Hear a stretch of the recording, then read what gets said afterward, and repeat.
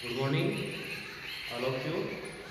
और हम chemistry class 12 पढ़ रहे हैं। आगे का सिलेबस जो है वो स्टार्ट करते हैं बगैर किसी फॉर्मेलिटी के, क्योंकि वीडियो छोटा और सटीक जितना हो उतना अच्छा रहता है। तो आगे बढ़ते हैं। और मैंने आपको जहाँ तक करवा दिया था, मेथड ऑफ फॉर्मेशन चल रही थी एरिल हैलाइड। एरिल हैलाइड या हेलो एरिल या हेलो बेंजीन जो थे उनकी मेथड ऑफ फॉर्मेशन चल रही थी, उनके बारे में। मेथड ऑफ फॉर्मेशन से मेरा मतलब यह है विर्तन की विधि बनाने की विधि है। विर्तन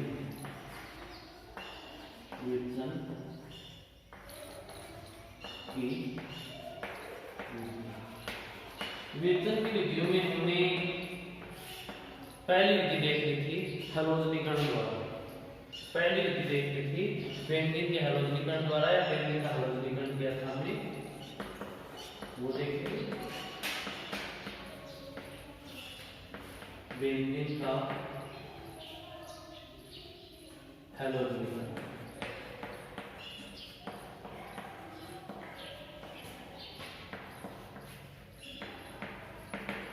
पहले बेंजीन का हैलोजनीकरण। और हमने ये भी देखा था इलेक्ट्रॉन स्नेह प्रतिस्थापना विक्रियाएं जो हैं उनमें 11th क्लास में हमने बेंजीन की इलेक्ट्रॉन स्नेह प्रतिस्थापना विक्रियाओं में भी यह विक्रिया देखी थी। तो 2 बार पढ़ चुके हैं हम इसे, इसलिए इसे ज्यादा बार रिपीट करने की जरूरत नहीं है। हम इसे 2 बार देख चुके हैं, और एक तो 11th में और एक कल, मतलब पिछले क्लास में भी हम इसे पढ़ चुके हैं। दूसरी विधि जो है वो बीडीएसी से। बीडीएसी से इसकी फुल फॉर्म लिख करके मैंने आपको ये भी बता दिया था। इसकी फुल फॉर्म है बेंजीन डाइएजोनियम क्लोराइड। और इससे भी हमने बना दिया था। इससे हमने बेंजीन बीडीएसी जो लिया था उससे शेनवायर विधि है और गाटरमान विक्रिया है, इनके द्वारा हमने बना दिया था। के के साथ विक्रिया है, और इसी प्रकार से हमने बहुत सारे बना लिए थे। अब उसके बाद नेक्स्ट आगे बढ़ते हैं। बीडीएसी के बाद थर्ड जो है वो लेते हैं। बीडीएसी के बाद जो थर्ड विधि है वो है रास्टिंग प्रक्रम। रास्टिंग प्रक्रम, रास्टिंग प्रोसेस, रास्टिंग प्रोसेस, रास्टिंग प्रक्रम या रास्टिंग प्रोसेस। ये थर्ड मेथड है। इससे पहले हम 2 मेथड जो है वो देख चुके हैं, डिटेल से देख चुके हैं। आप उन्हें अच्छे से उनके वीडियो जो हैं उनके अकॉर्डिंग रिएक्शन वगैरह लिख करके और उसके अनुसार उसे पढ़ लें। और अभी जो सिलेबस है वो अभी मैंने देखा था 10th और 12th का सिलेबस चेंज नहीं हुआ है, तो आप 12th की जो बुक है उसके अकॉर्डिंग इसे अच्छे से और एक बार रिपीट करते हुए और पढ़ते हुए देखते रहें। ठीक, तो देखते हैं रास्टिंग प्रक्रम। रास्टिंग प्रक्रम में क्या होता है? रास्टिंग प्रक्रम में बेंजीन की रिएक्शन, ये देखिए, यद्यपि हर एक कार्बन पर हाइड्रोजन की प्रेजेंस होती है, लेकिन यदि हम इसे डिनोट करते बॉन्ड बना करके तो इस प्रकार से होगा बेंजीन। इसकी रिएक्शन यदि हम HCl प्लस हाफ O2 के साथ CuCl2 की उपस्थिति में करवाते हैं तो हमें क्लोरोबेंजीन प्राप्त होती है।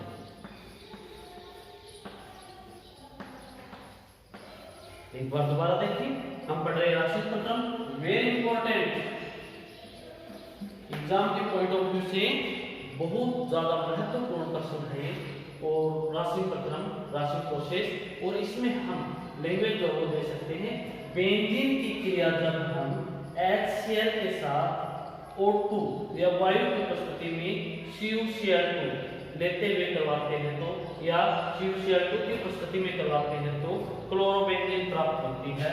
और क्लोरोबेंजीन प्राप्त होने के बाद आप देखिए एक बार Cl यहाँ आ जाएगा और दोनों हाइड्रोजन H2O के रूप में रिमूव हो जाएंगे, ये H2O, और इसका नाम क्लोरोबेंजीन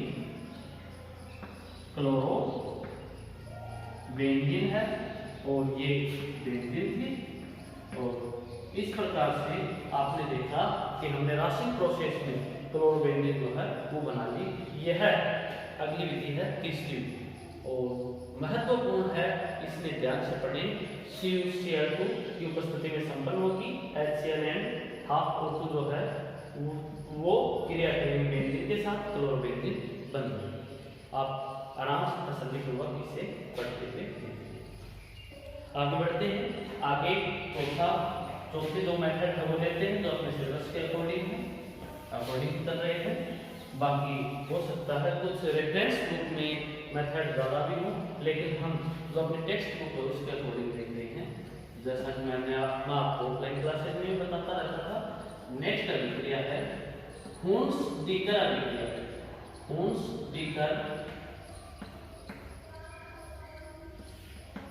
अभिक्रिया, ये आप सोचोगे ये तो नाम पहले आया हुआ है। हाँ बिल्कुल ये आया हुआ है और हुंस-डीकर रिएक्शन पहले आई हुई है, लेकिन वो हुंस-डीकर अभिक्रिया जो वो एल्किल हैलाइड के विघटन के लिए थी और यह हुंस-डीकर अभिक्रिया एरिन हैलाइड अर्थात हेलोबेंजीन के विघटन के लिए है।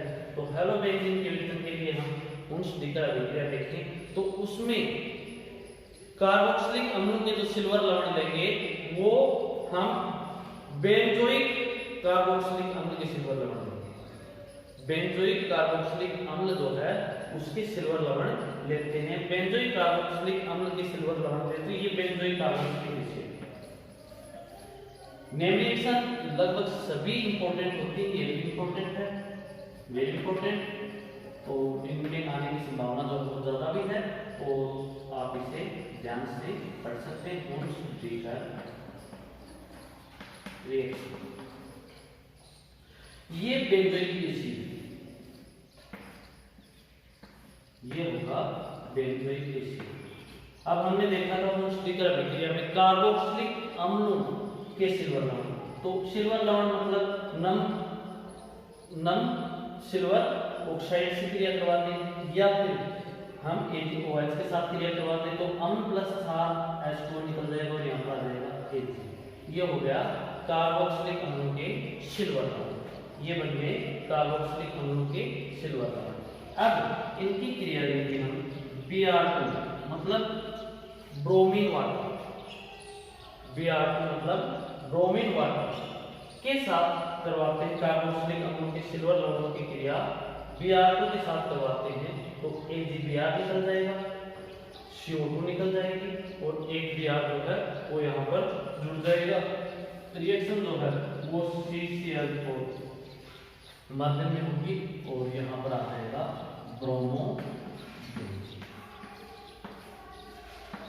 Bromobenzene plus AgBr plus CO2। इस प्रकार से आप देखोगे कि हुंस-डीकर अभिक्रिया जो है उसमें हम ब्रोमोबेंजीन जो है वो प्राप्त कर लेते हैं। इससे कार्बोक्सिलिक अम्लों के सिल्वर लवणों की क्रिया ब्रोमीन वाटर से ब्रोमीन से करवाते हैं CCl4 माध्यम में, तो हमें AgBr CO2 एंड ब्रोमोबेंजीन प्राप्त हो जाती है जो अपना मेन प्रोडक्ट है अगली साइड पर। क्लियर? इस प्रकार से इन चार विधियों के द्वारा हम हेलोबेंजीन जो है उसका विवेचन करेंगे। ये चार विधियां अपने सिलेबस में टेक्स्ट बुक के अकॉर्डिंग अपना सिलेबस चल रहा है, हम पीछे इस प्रकार से पढ़ेंगे। ये थी विवेचन की विधि। विवेचन की विधियों के बाद हम आगे बढ़ते हैं। विवेचन की विधियों के बाद यदि हम आगे देखते हैं तो उसके बाद हम देखते हैं भौतिक गुण।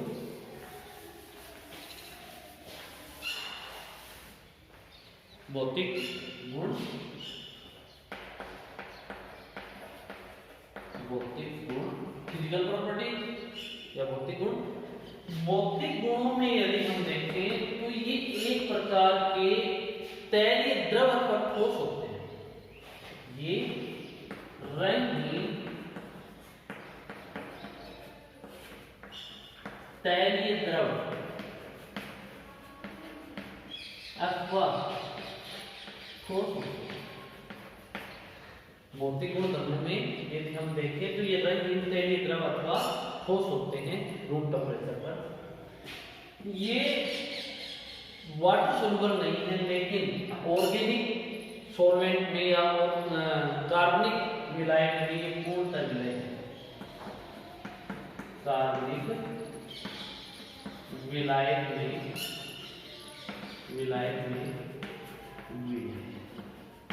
नेक्स्ट हम देखते हैं कार्बनिक विलायक में ये विलय है।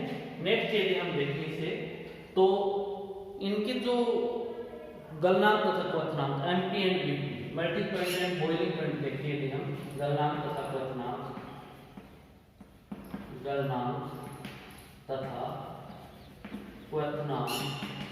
यदि हम इनके देखें तो उनका क्रम निम्न होगा।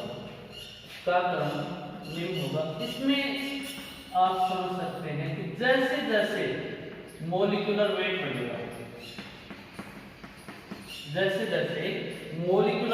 बढ़ेगा वैसे वैसे इनके गलनांक और क्वथनांक जो हैं वो बढ़ते जाएंगे। जैसे सर्वाधिक गलनांक और क्वथनांक जो C6H5 मैं बेंजीन को शॉर्ट में लिख सकता हूं फेनल समूह के रूप में, और इसके ऊपर I, इससे सबसे ज्यादा इससे कम होगा C6H5 Br, इससे कम होगा C6H5 Cl, इससे सबसे कम होगा C6H5 F। इस प्रकार से कम होगी। अब इनमें कोई दिक्कत नहीं है, आप कार्बन से आयोडीन जोड़ सकते हैं। ये कार्बन के साथ मैंने हाइड्रोजन रख दिए, कोई दिक्कत नहीं, कोई भी तरीके से आप इसे लिख सकते हो। समूह फेनिल समूह पर ये जुड़ा हुआ है। तो इस प्रकार से इनके गलनांक तथा क्वथनांक एमपी एंड बीपी के जो सीक्वेंस है वो यह है, क्रम किया है। इस प्रकार से हमने देखा रंगहीन तैलीय द्रव अथवा ठोस है, कार्बनिक विलायक में विलय है, जल में अविलय है, अम्लक्षय है, गलनांक तथा क्वथनांक का क्रम निम्न होता है। और नेक्स्ट आगे यदि हम बढ़ते हैं इसमें तो भौतिक गुणों के साथ साथ हम यदि इसके समूह है जो है क्रियात्मक समूह है, या यदि हम कहें कि नेक्स्ट आप एक बार ये भी देख लें, आप चाहे तो इसे पहले भी देख सकते थे, पहले भी कर सकते थे हम इसे, लेकिन अब यहाँ पर भी हम देख सकते हैं। यहाँ पे ये जो बॉन्ड है बंध या बॉन्ड, इसकी प्रकृति देखते हैं कि इसकी प्रकृति कैसे होती है ये देखेंगे। इसके बारे में भी थोड़ा सा हम देखेंगे, तो ये भी किस्म का हो बन सकता है, तो इसके बारे में थोड़ी चर्चा करते हैं। CH बंध जो है वो हम सभी जानते हैं ध्रुवीय बंध है, वो हैलोजन अधिक वितरणी होते हैं, फ्लोरीन सर्वाधिक वितरणी है, सारणी का सर्वाधिक वितरणी तत्व है, एलिमेंट है। और इस प्रकार से हम इस बंध के बारे में, इसकी प्रकृति के बारे में यदि हम देखें तो हम पाएंगे कि CH बंध जो है उसकी बॉन्ड लेंथ यदि देखी जाए तो बॉन्ड लेंथ जो है वो हमें प्राप्त होती है 1.60 एंगस्ट्रॉम। आप बिल्कुल चौंक गए होंगे क्योंकि सिंगल बॉन्ड दिखाई दे रहा है, और सिंगल बॉन्ड में कार्बन हाइड्रोजन बॉन्ड लेंथ जो है वह होती है 1.77 एंगस्ट्रॉम, ये होनी चाहिए, ठीक है। लेकिन इसमें ये होती है कम क्यों, 1.77 एंगस्ट्रॉम से कम क्यों, 0.17 एंगस्ट्रॉम कम हो गई। इसका रीजन क्या है? इसका रीजन ये है कि इस बंध में, इस बॉन्ड में, CH बॉन्ड में और आंशिक द्विबंध गुणा बॉन्ड में आंशिक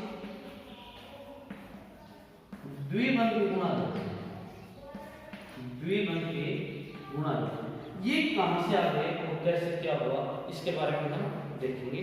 भौतिक गुण आप समझ चुके होंगे, अब मैं भी बता देता हूं और इसके बारे में चर्चा।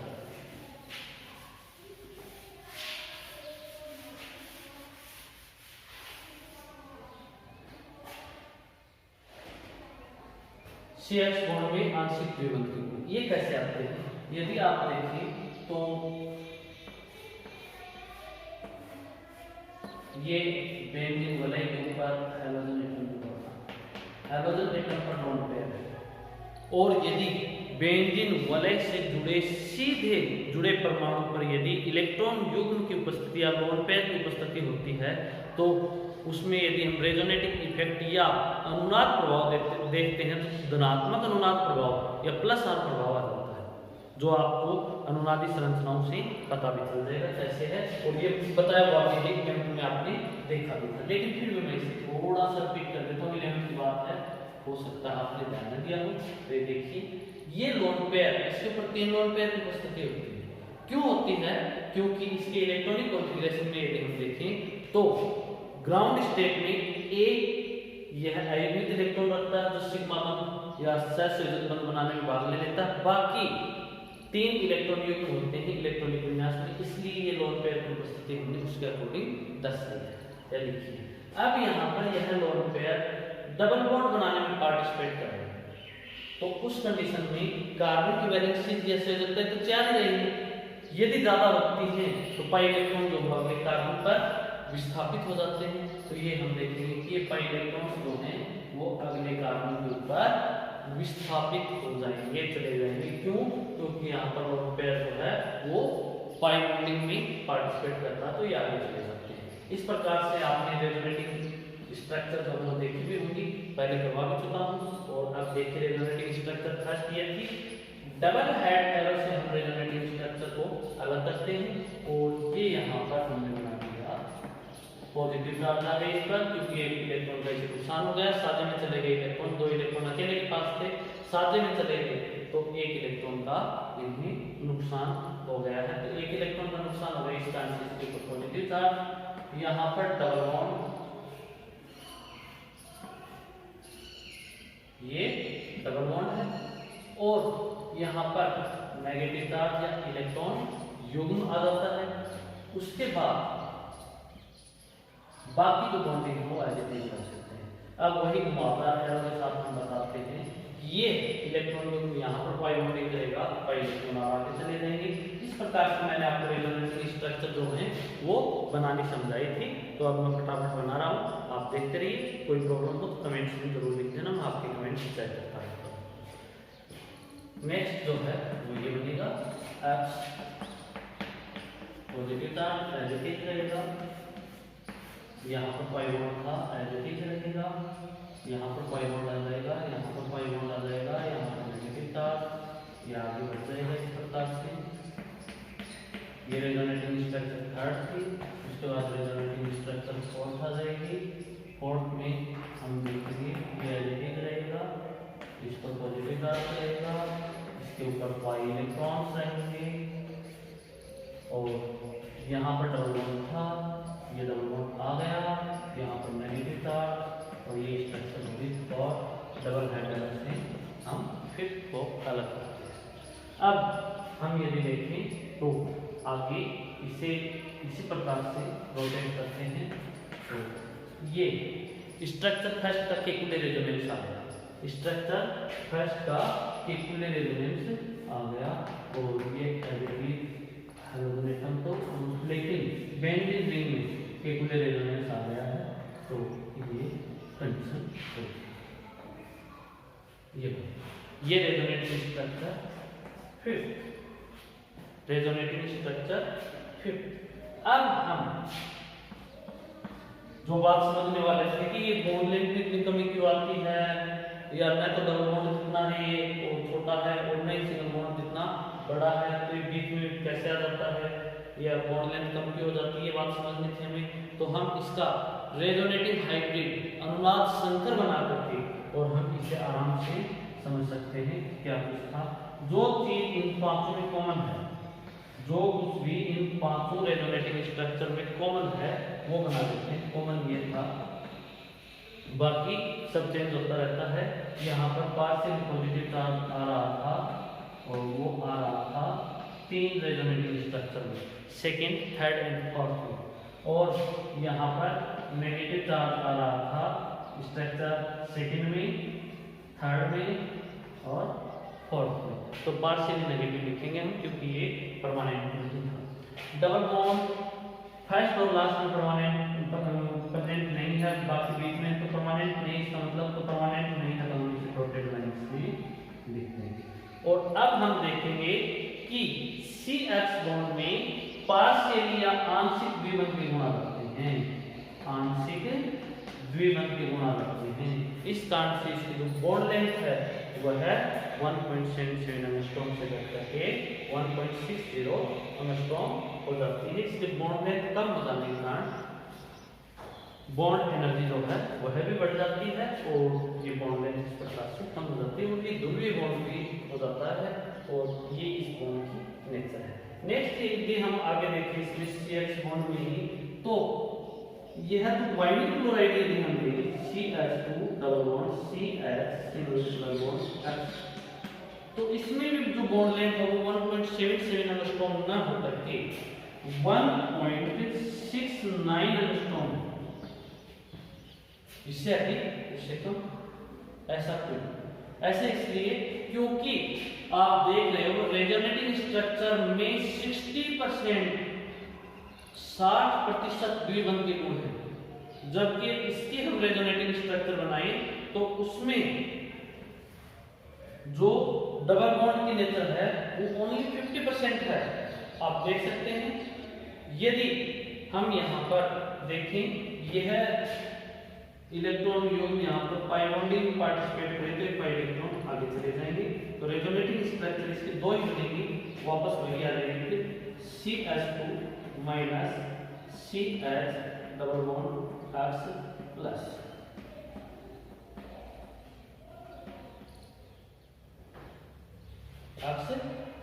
अब वापस वही आ जाएगी और दो ही रेजोनेटिंग स्ट्रक्चर बनेगी, फर्स्ट एंड सेकंड, और इसमें डबल बॉन्ड जो है उसकी नेचर पाई डबल बॉन्ड की जो नेचर है जो लक्षण है वो यदि हम देखें तो वो ओनली 50% है, इस कारण से इसमें ये इतना। इस प्रकार से आप देख सकते हो CH बॉन्ड की प्रकृति के बारे में भी हमने देख लिया। इन रेजोनेटिंग स्ट्रक्चर की हमें एक बार फिर से जरूरत पड़ेगी, हम बार बार टाइम वेस्ट न करते हुए इसे रख लेते हैं एक बार और इन्हें रखते हुए बाकी पढ़ लेते हैं, तो थोड़ा ध्यान रखें। इसे हम वैसे ही रख रहे हैं इस पेयर में, हमें दोबारा इसकी जरूरत पड़ेगी। जरूरत कहाँ पर पड़ेगी? जरूरत अब हम आगे भौतिक गुण पढ़ चुके हैं, अब हम नेक्स्ट स्टडी करते हैं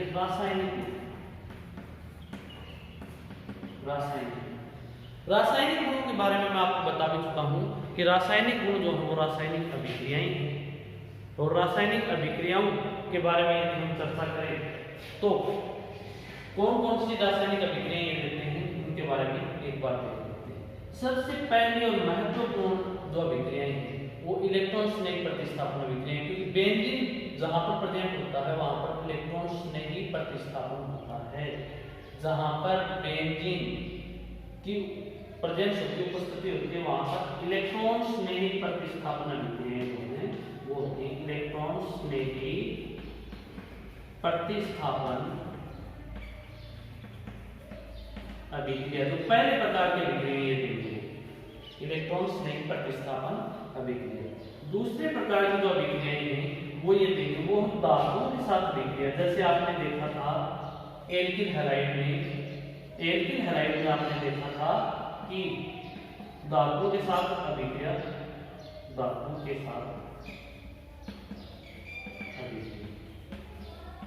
वुड्स अभिक्रिया हुई थी। इसी प्रकार इसमें वुड्स फिटिंग और फिटिंग अभिक्रिया जो है वो होगी। थर्ड अपचयन अभिक्रिया, अपचयन मतलब हाइड्रोजन एटम का निकलना भी अपचयन है, तो वो अभिक्रिया भी हम यहाँ पर देखेंगे। फोर्थ रिएक्शन जो है वह है नाभिक स्नेही प्रतिस्थापन। इस नाभिक स्नेही का प्रतिस्थापन हो गया तो वह नाभिक स्नेही प्रतिस्थापन, नाभिक स्नेही प्रतिस्थापन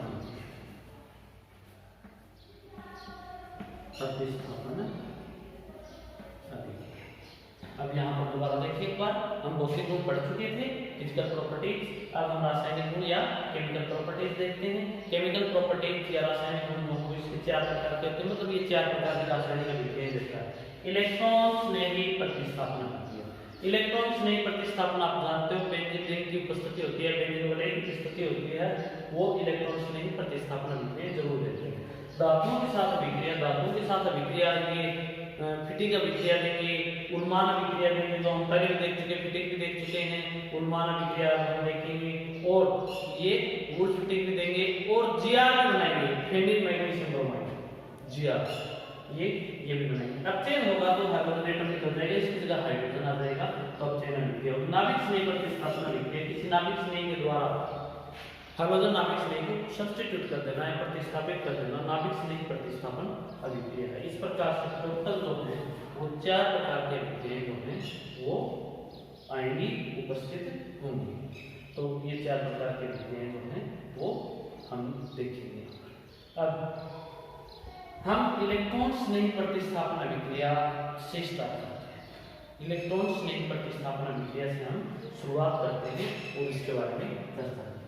इलेक्ट्रॉन स्नेही प्रतिस्थापन अभिक्रिया में निर्देशी प्रभाव होता है, डायरेक्टिंग निर्देशी प्रभाव, जिसके बारे में हम पहले भी चर्चा कर चुके हैं। डायरेक्टिंग इफेक्ट या निर्देशी प्रभाव जो होता है उसके बारे में यदि हम चर्चा करें, 2 प्रकार का होता है, 11th में हम पढ़ भी चुके हैं, ऑर्थो तथा पैरा निर्देशी प्रभाव और मेटा निर्देशी प्रभाव। ये कौन सा होगा? तो आप अनुनादिक स्ट्रक्चर बनाइए इसकी, इसलिए मैंने इसे स्क्वायर में रखा था। अनुनादी संरचनाएं बनाई या रेजोनेटिंग स्ट्रक्चर बनाई और ऑब्जर्व करें कि अनुनाद संकर में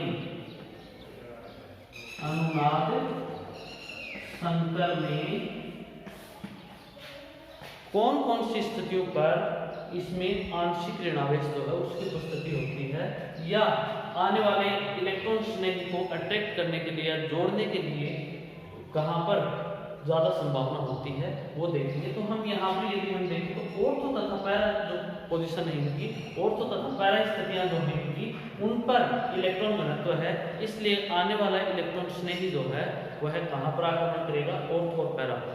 इसलिए ये इसका जो निर्देशी प्रभाव है, जो डायरेक्टिंग इफेक्ट है वो इसका होगा ऑर्थो तथा पैरा निर्देशी प्रभाव। ऑर्थो तथा पैरा निर्देशी प्रभाव, ये ऑर्थो और ये पैरा निर्देशी प्रभाव। तो इनमें इलेक्ट्रॉन स्नेही प्रतिस्थापन अभिक्रिया में ऑर्थो और पैरा निर्देशी प्रभाव क्या होता है उसके बारे में यदि हम चर्चा करें तो हम पाएंगे कि इसमें ऑर्थो तथा पैरा निर्देशी प्रभाव इसलिए होता है क्योंकि ये ऑर्थो और पैरा पर इलेक्ट्रॉन डेंसिटी को बढ़ा देते हैं, प्लस आर प्रभाव या धनात्मक अनुनाद प्रभाव के द्वारा इन स्थितियों पर ये इलेक्ट्रॉन घनत्व बढ़ाते हैं। इसलिए इलेक्ट्रॉन स्नेही का आक्रमण जो है वह इन स्थितियों पर होता है, संभावना बढ़ सकती है। तो अब हम नेक्स्ट जो हेडिंग थी में चल रही थी इलेक्ट्रॉन स्नेही प्रतिस्थापन, तो उसके बारे में चर्चा करते हैं। बाकी हम 3 बार में पढ़ेंगे, आप इसे स्क्रीनशॉट के रूप में या वीडियो को रोक करके देख सकते हो। बाकी जो 2, 3, 4 हैं वो हम आगे पढ़ेंगे। एक बार इलेक्ट्रॉन स्नेही प्रतिस्थापन लेते हैं। अब इलेक्ट्रॉन स्नेही प्रतिस्थापन में मैं आपको इतनी बात बताता हूँ, इलेक्ट्रॉन स्नेही प्रतिस्थापन में इनका जो निर्देशी प्रभाव है वह ऑर्थो तथा पैरा निर्देशी प्रभाव है। अब हम केमिकल रिएक्शंस देखते हैं। तो पहली जो रिएक्शन है वो मैं यहाँ पर लूंगा सल्फोनीकरण अभिक्रिया और सल्फोनेशन रिएक्शन। सल्फोनीकरण अभिक्रिया या सल्फोनेशन रिएक्शन, सल्फोनीकरण अभिक्रिया। तो इसमें यदि हम देखें तो हमने देखा था चाहे तो ओलियम ले लें, क्लोरोबेंजीन रिएक्शन जो है वह है, चाहे तो ओलियम के साथ करवा दें H2O7 या फिर कंसंट्रेट H2SO4 लें और हम कंसंट्रेट H2SO4 की भी प्रेजेंस दे सकते हैं। और आप देखते हैं दोनों साम्य में भी रहते हैं, मैं आपको पहले भी बता चुका हूँ ये दोनों साम्य में हैं। इस बारे में एक बार चर्चा कर लेते हैं। आपने रेजोनेटिंग स्ट्रक्चर जो वो समझ ली होगी, अब मैं मिटा रहा हूँ।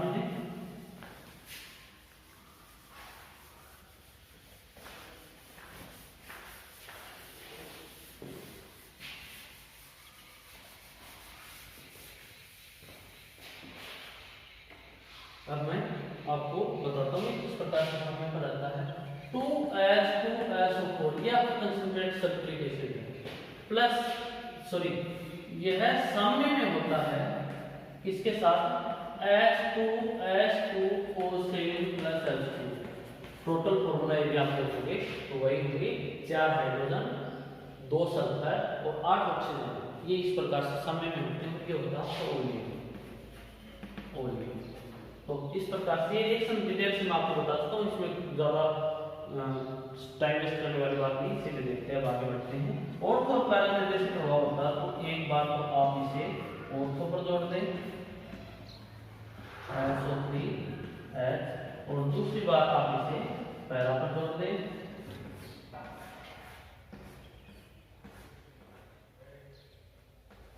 SO3H। अब यहाँ पर आप भ्रमित ना हो कि क्लोरीन जो है वो क्लोरोबेंजीन में अपना कंपाउंड है या न्यूक्लियस कंपाउंड है, नाभिक है, नहीं, ऐसा कुछ नहीं है। आप इसे ध्यान से देखें। क्लोरीन जो है उसकी प्योरिटी कम होती है, एक सब्स्टिट्यूशनल ग्रुप के रूप में हम इसे लेते हैं। तो इसे यदि हटा करके देखें तो ये बेंजीन सल्फोनिक एसिड है। तो बेंजीन सल्फोनिक एसिड से इसका नाम लिखा जाएगा और इसे प्रतिस्थापन माना जाएगा। तो ये हो जाएगा आपका orthochlorobenzene sulphonic acid, orthochlorobenzene sulphonic acid, benzene sulphonic acid, sulphonic acid. ये हो जाएगा आपका parachlorobenzene sulphonic acid, parachlorobenzene sulphonic acid, orthochlorobenzene sulphonic acid and parachlorobenzene sulphonic acid. अब आईयूपीएसी में यदि आपको नाम लिखने हो तो आप पोजीशन लगाते हैं 1 और 2। ऑर्थो की जगह क्या आ जाएगा 2 और पैरा की जगह क्या आ जाएगा 1 2 3 एंड 4। तो पैरा की जगह आ जाएगा 4 क्लोरोबेंजीन सल्फोनिक एसिड और ऑर्थोक्लोरोबेंजीन सल्फोनिक एसिड जो है उसका आईयूपीएसी में होगा 2 क्लोरोबेंजीन सल्फोनिक एसिड। ये अर्थात मैं यदि इसका आईयूपीएसी नेम लिखता हूँ, ये आप देख चुके हैं।